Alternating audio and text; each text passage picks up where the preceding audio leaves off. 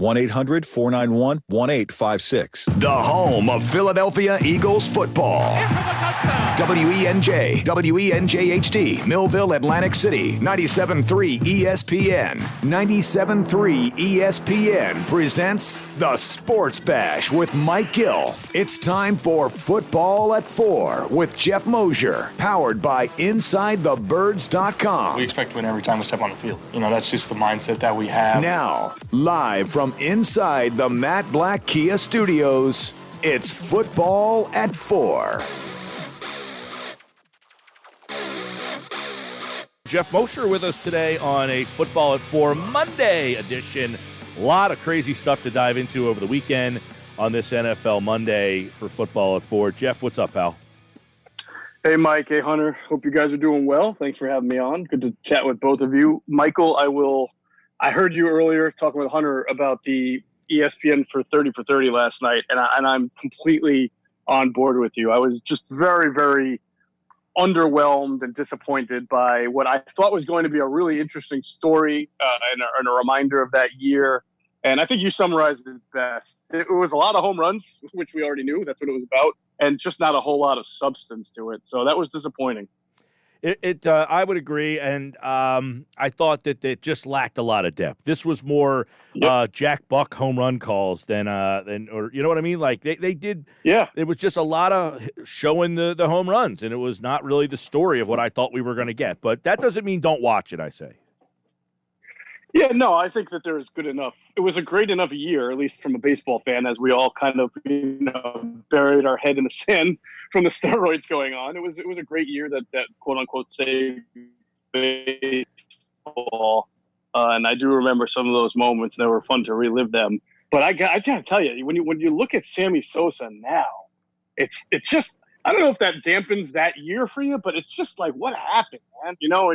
Look at him. Does he look at himself in the mirror? It's just very odd. He has stated that he uses some sort of cream that has bleach in it. And, I guess that is kind of what happened to his skin tone a little bit there. I don't know. But you're right. He just seems like a cartoon character almost. Like he almost seems like this guy really played baseball and had this unbelievable moment. Meanwhile, McGuire looks very similar. Yeah. Yeah, I agree with you. McGuire does look similar, and as great as their home run chase was, and that was really good. I think the coolest part of that year, and then the story did a good job of presenting it, was the kinship that they developed and rooting for each other. And there was no acrimony there. I mean, you could see that happening especially since they were arch rivals, Cubs and Cardinals. You could have seen, maybe two guys who didn't like each other kind of holding it against each other. But that was great. But also, I went back and looked. Ken Griffey Jr. had an amazing year that year. And it's so funny that these other two guys just pulled away, that someone like Griffey, who wound up having, I think, like 58 and 120, would just completely be phased out that year. It was like Griffey didn't even exist. You're right. And at the beginning of that year, it was McGuire and Griffey, and then it was Griffey and McGuire about halfway through, and then all of a sudden Sosa kind of came out of nowhere and really became the story for a while. I mean, Sosa was the story for a while because of the three, he was the least known guy, and people forget the Cubs made the playoffs that year. He said it at the end, hey, I did make the playoffs and I was the MVP. But yeah, I thought the story lacked a lot of depth and a lot of focus, to be honest with you. But it was worth watching. I do want to get into maybe one of the bigger NFL stories that we've had in a while, and that's this story today about Zeke Elliott. And reports are that not only Zeke Elliott, but multiple Cowboys, multiple Texan players have tested positive for COVID-19 recently. And I'm wondering, Geoff, in your opinion, and if you've talked to people maybe around the Eagles about how that might affect things, because there's some reports that some coaches are saying, maybe we need to push some things back now. Look, I guess. The answer is yes. I've been talking with personnel sources and coaching sources around the league, Eagles, other teams, just trying to get as many opinions on this as possible. And before I can even give you what I've been told, I'm just going to go back to what we've all been talking about whenever you've asked me or Adam, maybe even Andrew, questions about the future of the game or restarting. And I just keep saying the NFL has plans. I applaud them for having plan A, B, C, D, full stadium, half stadium, quarter stadium. They say they've got plans. They introduced this kind of guidelines for what happens when training camp starts and people reporting early and social distancing in a locker room. And so they're not like, I don't want to say that they're putting their head in the sand at all. I think they're trying to do the best that they can with the information that they have. The problem is we just don't know enough about this thing. And so what happens today is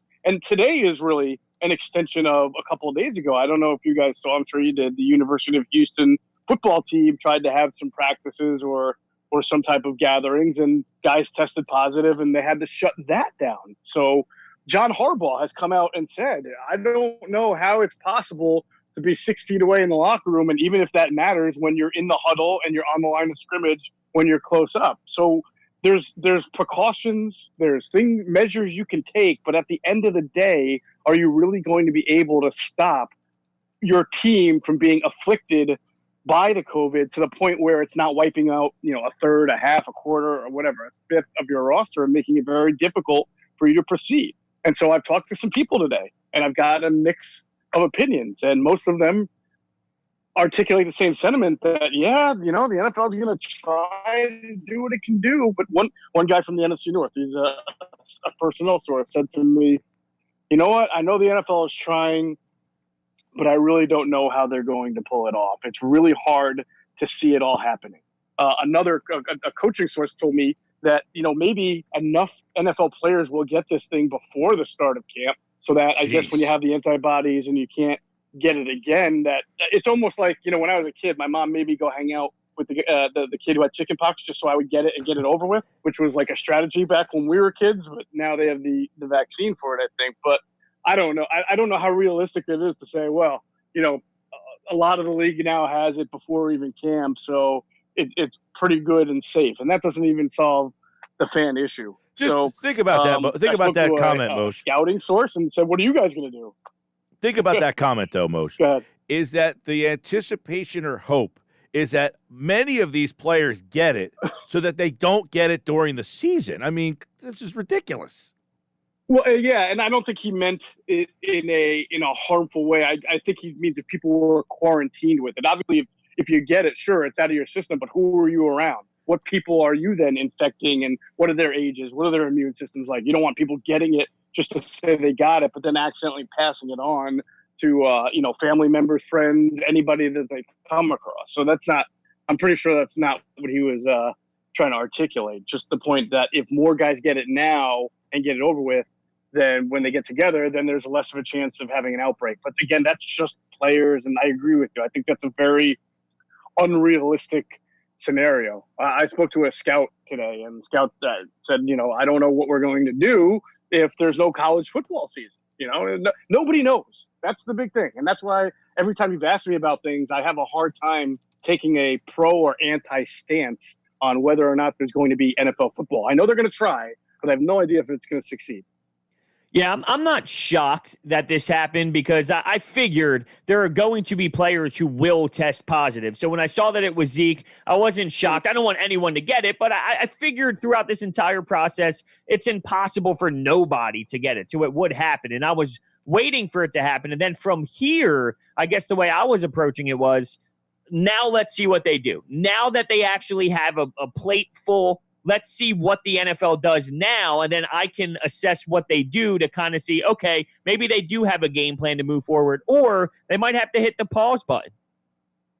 Yeah, well, I think with the NFL, if I'm just to kind of use my own analysis here, and I have no reporting or evidence for anything else, Hunter, on what you're saying, is I think the NFL is going to look at this situation and say, look, these guys, the Texans, Zeke and whoever on the Cowboys has it, they didn't get it from being in the facilities, right? Because I believe that's the report that I know the facilities reopened, but I don't think the Cowboys and the Texans were in their facilities, just like the Eagles aren't. So the NFL may look at this and say, this is something that was done independently. They got it on their own, whatever.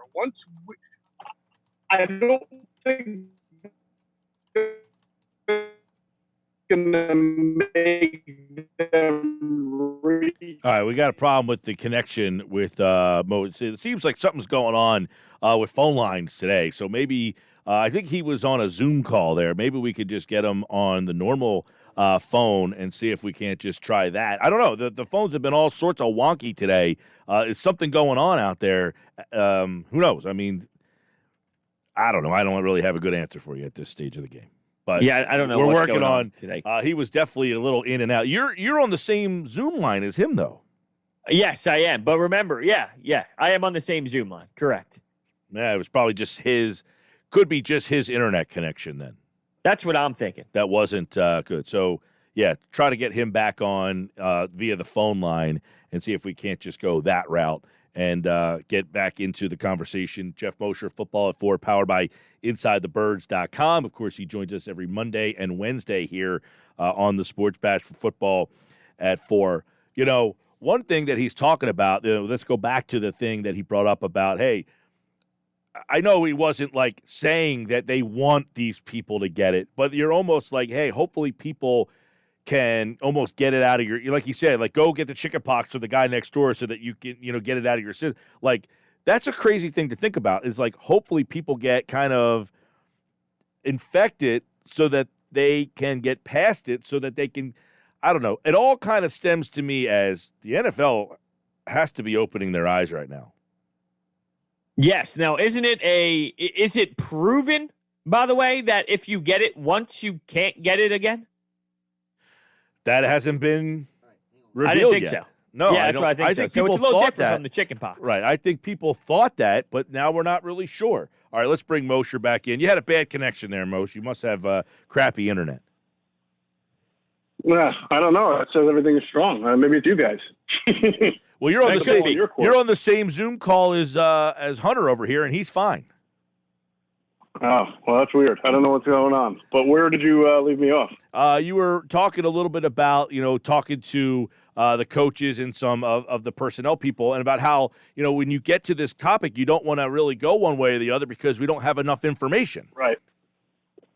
So I think we're going to get a lot of answers maybe a week or two before the start of camp, when people start showing up, getting their tests, getting their assimilated into the way the NFL wants to have its training camp. And we'll see if all of their plans and their protocol are going to work, or if 5 or 6 days in, they're going to realize that this is just not working.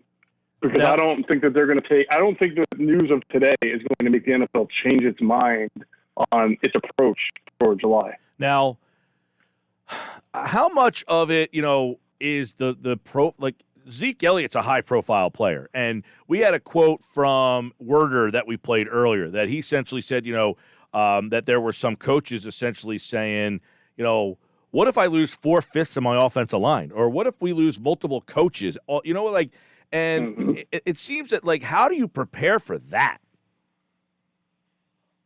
I don't know. See, that's the part of the NFL where they're doing everything they can to try to prevent that. But what happens if what they're trying to do isn't working and they do lose coaches or players or staff members that are critical, game day people, the analytics guy? Not everybody is as replaceable as the next person. Your head coaches, it's tough to replace.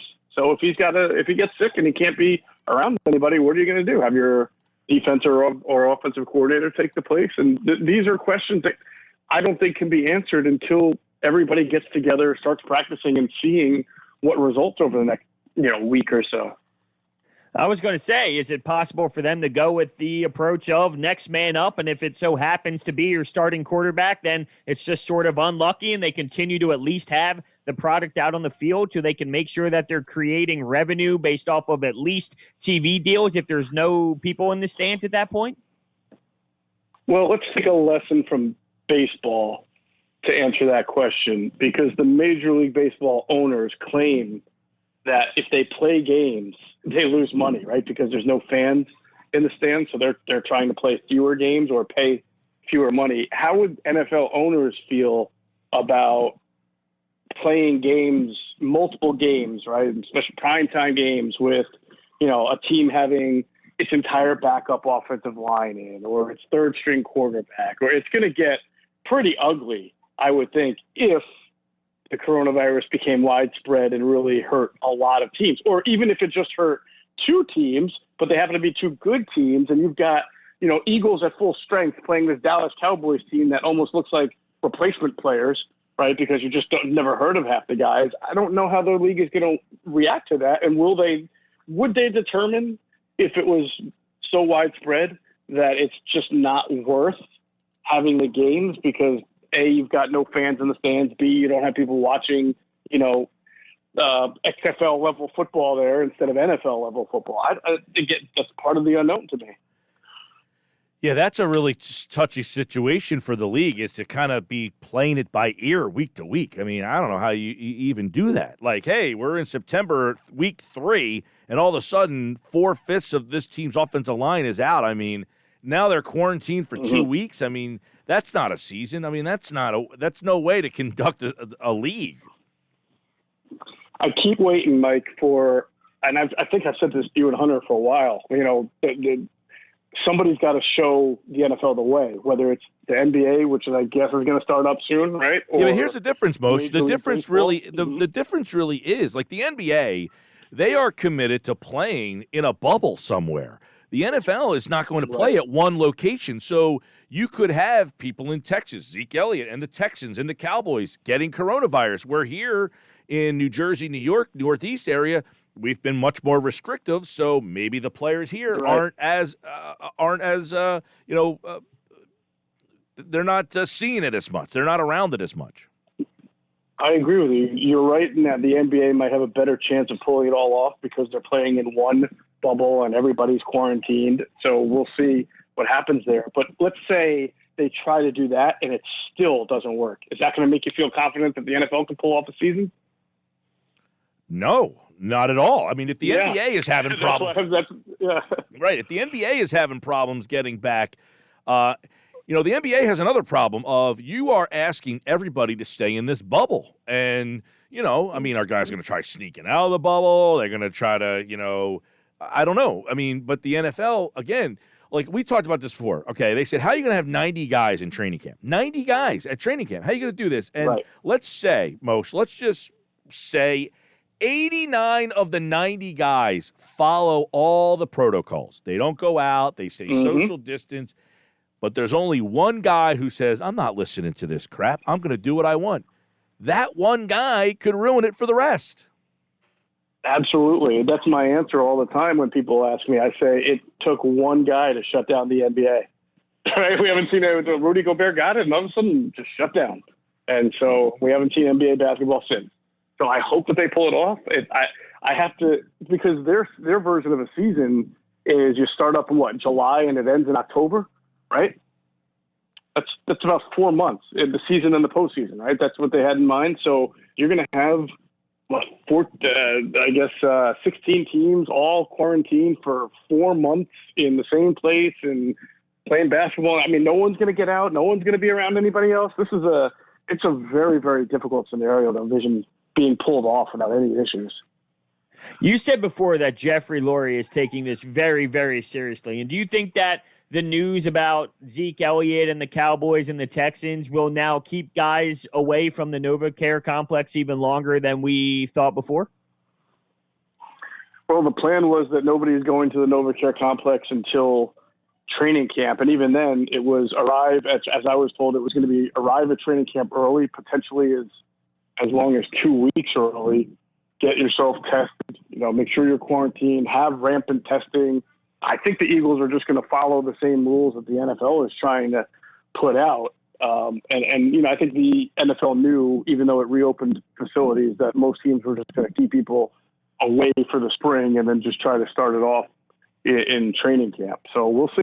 But I do think Jeffrey will try to modify the NovaCare complex as much as possible to make sure, he may have to based on those guidelines they put out, to make sure that there is quote unquote distancing when they're in the classrooms and, in the closed air environments. Now this, and I'm sure, I'd be positive that he's going to try to have as much testing as possible throughout the whole tenure of training camp. This is a tweet that just came out a little while ago, about half hour ago, regarding the NFL PA, the medical doctor, who basically said, we can't fit football into this virus. We're going to have to kind of go with, he said, quote, we can't figure out how to fit the virus into football. We have to figure out how we're going to fit football into this virus. He added, quote, "This is a bad-ass virus."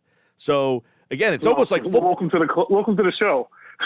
Yeah, exactly. But it's like football is almost trying to go by its merry way, thinking, oh, everything will be figured out by the time it's time for us to kick off. And I think as each day goes by, it's getting a little bit more abundantly clear that might not happen. Yeah. I mean, look, I'm not trying to be optimistic. I'm not trying to be pessimistic. I'm not trying to rain on anybody's parade. I'm not trying to follow any political lean here. I'm just trying to evaluate the situation as I see it and go with what evidence is presented. And already, you can use the University of Houston as an example. You can kind of use Cowboys, Texans maybe as an example. It's just going to be difficult. I hope the NFL can pull it off, but I certainly have my reluctance to think that this can happen. Yeah, I think we're all in the same. Look, by the way, I don't think there's one person listening and there's not one person on the show here that says, you know what I really hope happens? I really hope football doesn't play this year. I really don't want to see football. Of course, we want everything to get back and play and be normal. But I'm just trying to say Zeke Elliott is a high-profile player. I mean, it shouldn't matter that it's a high-profile player, but doesn't it matter? That's typically what happens. When a player of that magnitude, that changes things sometimes. Like if this was the third-string running back on the Cowboys, we'd probably be like, oh, they'll figure it out. But it's Ezekiel Elliott. I mean, I don't know. You can't play a season when guys of that magnitude are not. That's just a half-ass season. I mean, you can't do it. Yeah, and think about what Zeke and then his alma mater are doing right now as far as setting some legal precedents that we haven't even talked about. Zeke apparently is upset that the information was even released, citing HIPAA laws. Now everybody's saying, well, it's his agent that released the information, so that's his own spokesperson. But he's saying that the stories were already written. His agent was just confirming what the media already knew, right? And then you have Ohio State, which is, I believe I read, asking players to sign a waiver to go. Can you imagine the gall of that? Oh, please come play football for us and make our institution billions of dollars, but sign this waiver so that if you get sick and somebody in you or your family is afflicted with COVID and something happens that's terrible, well, that's on you. You're assuming 100% of the risk because you signed a piece of paper. I mean, the ridiculousness and absurdity of that is unbelievable. That's happening in a lot of instances now. Yeah, you want to come into a big environment, there's a little fine print at the bottom says, hey, sign this waiver if you want to come into this, place that's going to have thousands of people and nobody's going to be wearing masks and come on and bring your life at risk. I mean, just sign this first before you do, by the way. Geoff Mosher, Football at 4. Unfortunately, Football at 4 had a very somber feel to it today. I mean, the news today that it wasn't only Zeke Elliott, it was multiple Cowboys and multiple Texans.